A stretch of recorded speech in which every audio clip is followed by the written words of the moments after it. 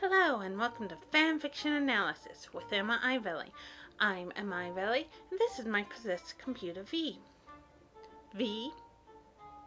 Timestamp it. Go here if you want to skip to the leading. Have you ever seen one of those pilots that ended up being completely different than the show it ended up creating? Exactly, and it can happen to fanfics as well.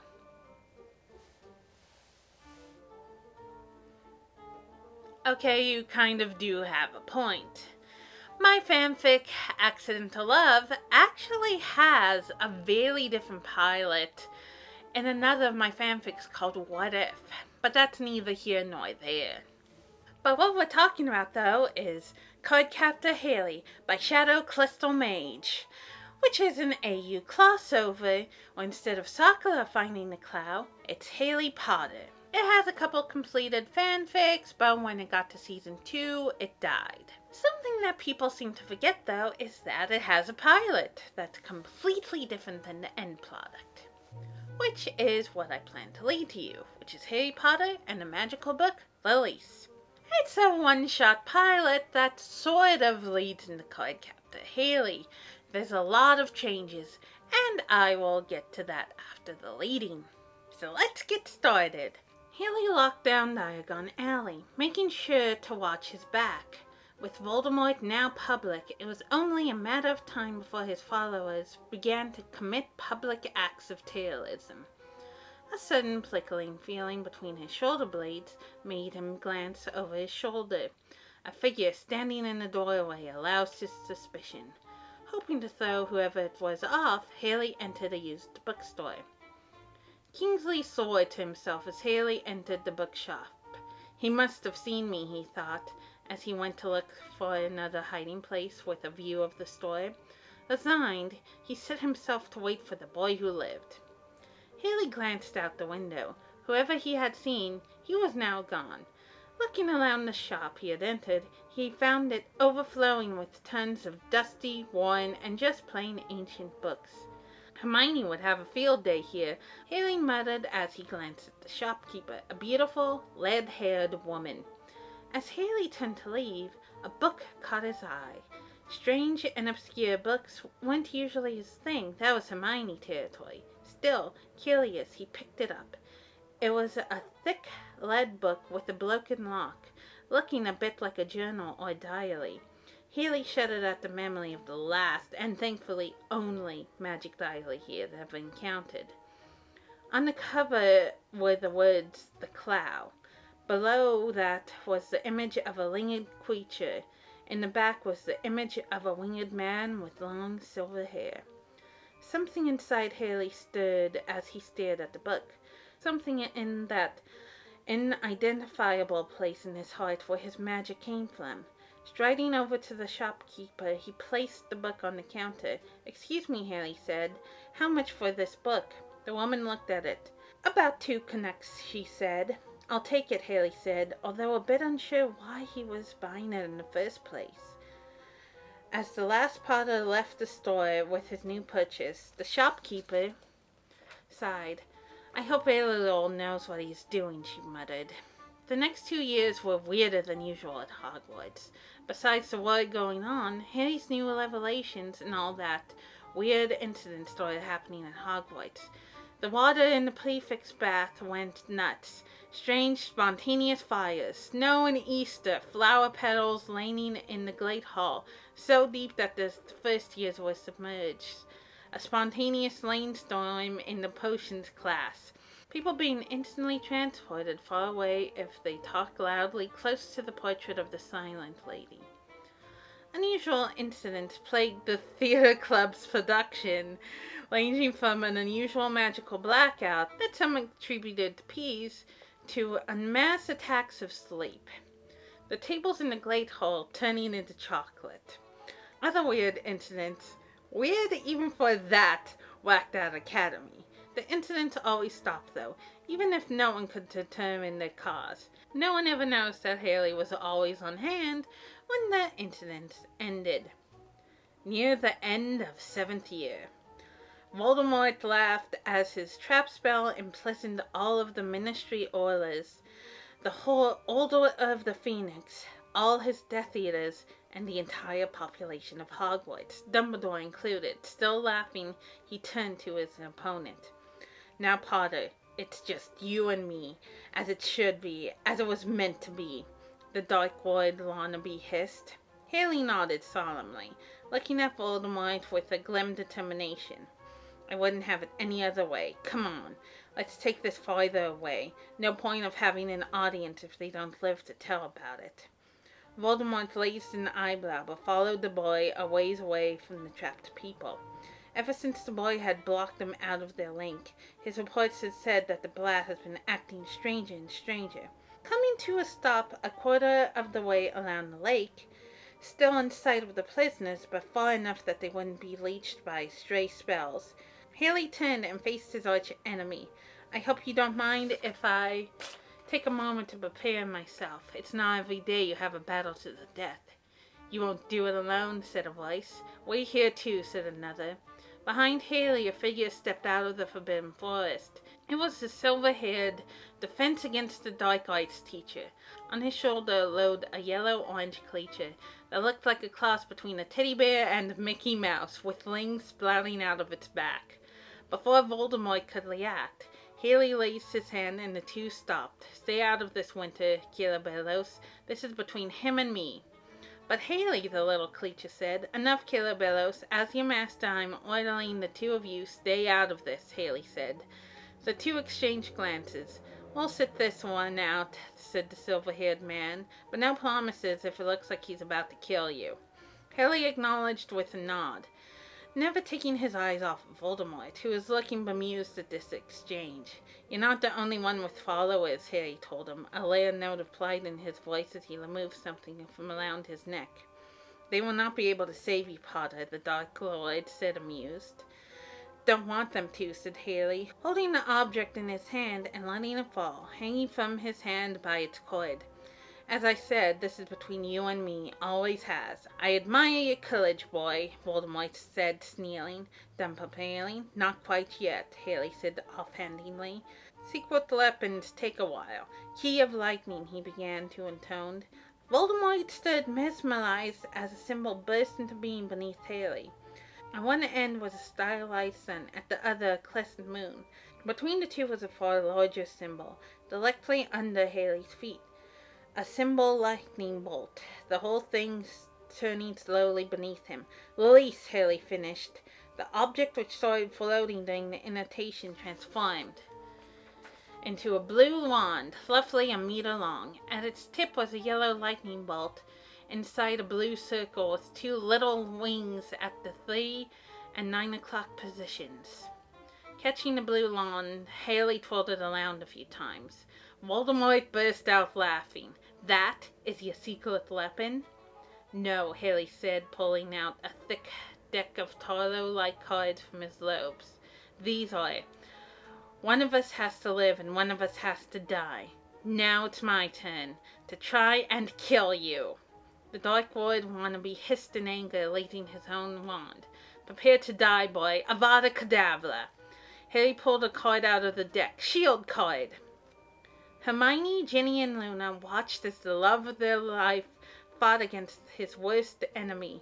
Dazzling lights, bolts of fire, lightning, shards of ice, pure blasts of magic, and for some reason flower petals were exchanged as the two prophesied battle.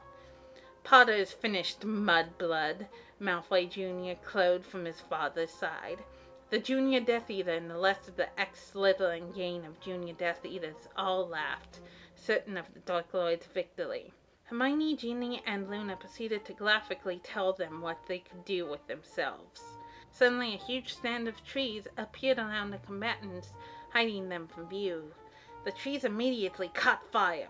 Observe, Weasley, Malfoy Sr. said over the teenager's insult, the victory of the Dark Lord. Arthur proceeded to graphically tell Malfoy what he could do with himself. Unnoticed by anyone, 7th year and recent transferee Elo Hirigazawa smiled. Do not fail, my heir. Voldemort fell to the ground in agony, still clutching his wand. Potter towered before him, his sword pointed straight at the enemy's heart. "I am not done yet, boy," Voldemort blustered. Waving his wand, he summoned what he had planned to use against Dumbledore. Harry's eyes widened as he stepped back as a giant black dragon lumbered into view. With the last of his strength, Voldemort mounted himself on the creature's back. "Kill him," he hissed. As the dragon charged, Haley raised his sword, which turned back into a wand, and pulled out yet another card. Fiery card! The card sprite appeared at his command. Harry pointed at the dragon, but its lighter, his face expressionless. Burn! On the dragon's back, Voldemort's eyes widened in fear as he felt the loud power of the being before him. Burn them both! The Death Eaters all cried in exhilaration as a huge solar flare level flame burst from the trees amid cries of agony. "Haley!" Hermione, Ginny, and Luna cried, holding on to each other for support as they contemplated the unthinkable. Dumbledore said nothing, but his face was lined with worry. Errol just smiled back, mysterious, inscrutable, Mona Lisa-esque smile. It was touched, relieved, a shade of satisfied, and a dash of proud. No one noticed. A few minutes later, 3 figures emerged, flying out of the burning sand of trees. One carried a body beneath it. There was a silence as the figures flew closer. There were gasps as the 3 came close enough to be recognized. One looked like a maneless, white-winged lion. Another was a tall, winged man with floor-length silver hair, wearing loose white robes. In one hand carried a body. The third was Harry Potter. Harry was liberally covered in sweat, soot, and blood. In his hand carried a blue wand topped with a lightning bolt. On his back glowed 2 white wings.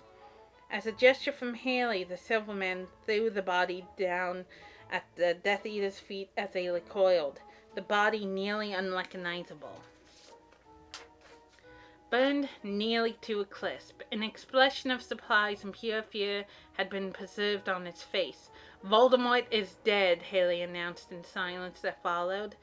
"Death Eaters, throw down your wands unless you want to join him. If you do..."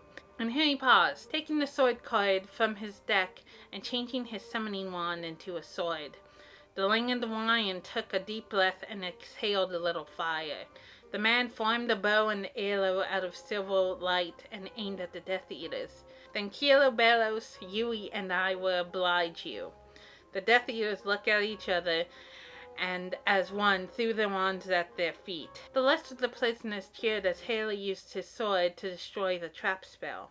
At the victory/graduation feast, the room burst into cheers and applause so loud you would have thought a bomb had gone off as Kilo Bellows, Yue, and Harry entered the room. Even the staff was cheering. Even Snape was cheering. And that only happened during cold days in hell. As Harry tried to shrink in embarrassment, and Kilo Bello laughed it off, there was a chorus of "Speech! Speech! Speech!" At a gesture from Dumbledore, Harry relented.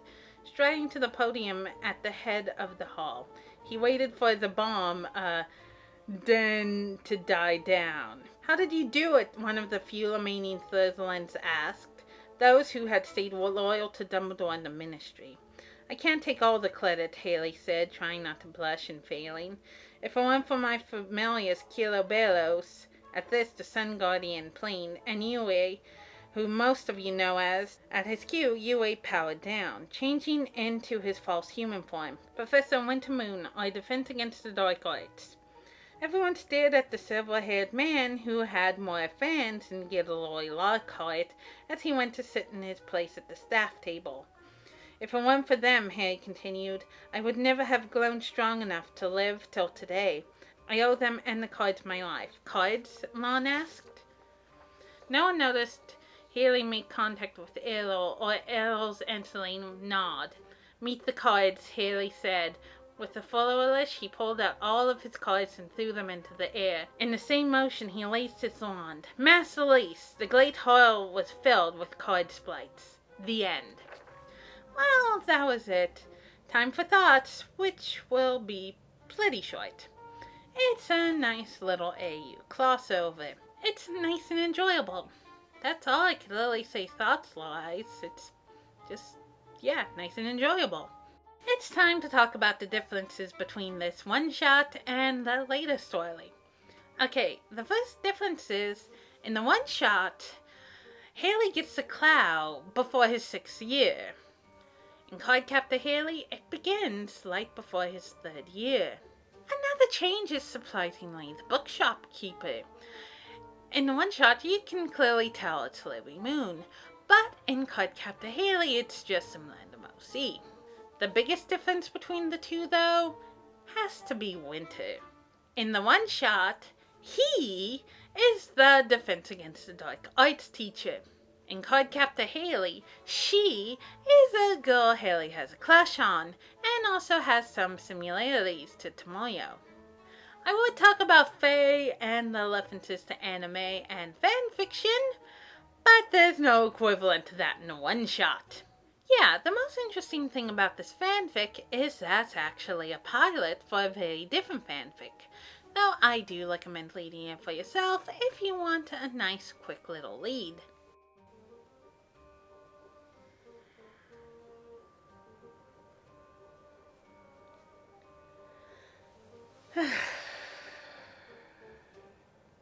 Well, that's it for today's episode, and with this episode I am finally caught up after that hiatus. Hopefully I won't have another one for a very long time. Yeah, probably light. Later.